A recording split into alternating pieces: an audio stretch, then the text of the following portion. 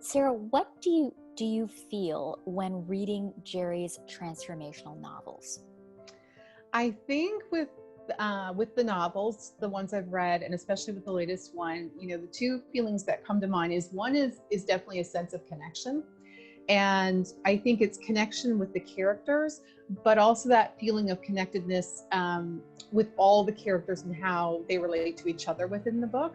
So you really start to see how we're all connected in each other's lives and the roles that we play in each other's lives. And I think another one is definitely a word that quickly kind of came to mind is hopeful, and just hope-filled and hopeful for the future. And I think it was an experience reading this book during the COVID-19 pandemic that we're all still in, and just having that feeling of hopefulness that shows it's never too late to make changes in your life. Yeah, I love that word hopeful. And as you said, I think that's really a great thing, a great feeling to bring forth, especially in these times. So thank you for sharing that.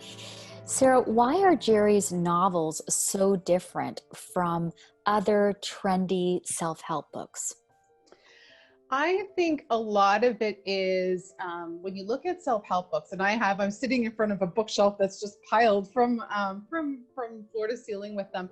And I think what it is they connect with you on a very logical, factual, the rational brain part of you, and they give you these steps, but they're not very easy to go through or kind of figure out your path to go through them. So, it's really kind of talking to you at a logical level, and it's not something that connects to your heart.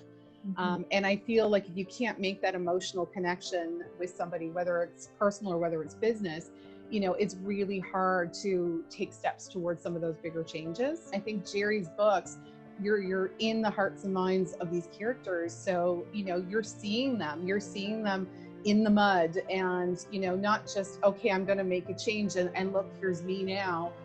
You're seeing kind of the messiness of what they go through when they're saying goodbye to some things or some people, and trying to be brave enough to step forward into some other new steps too. But what do you think the value is for leaders reading these kind of books? I think the thing that really just jumps into my head is that you really see the impact you can make on other people. And I don't think, again, when you're reading, and there's some great leadership books out there, but I think it's still very factual, and you're not seeing the impact you have on other people. And I think whether it's, Lily's relationship with even Susan, her assistant, or other people in the office, or her father from a corporate perspective where they work together, you don't get that in a regular leadership book where you're truly getting to see the impact of either being very present in your leadership role or not being present in it, and how that energy feeds their work and their efforts, and how they see things, and what you can open your mind to. And that's why I love the relationship between Lily and Susan, because it's just, such this dynamic of one is living in technology and gadgets and everything else. And she's trying to kind of help her see that there's other things to look at and still, fulfill a role. How can reading these transformational novels help transform your life? It is a choose your own adventure in the fact of, are you going to put your stake in the ground and say, yes, I want to explore this further?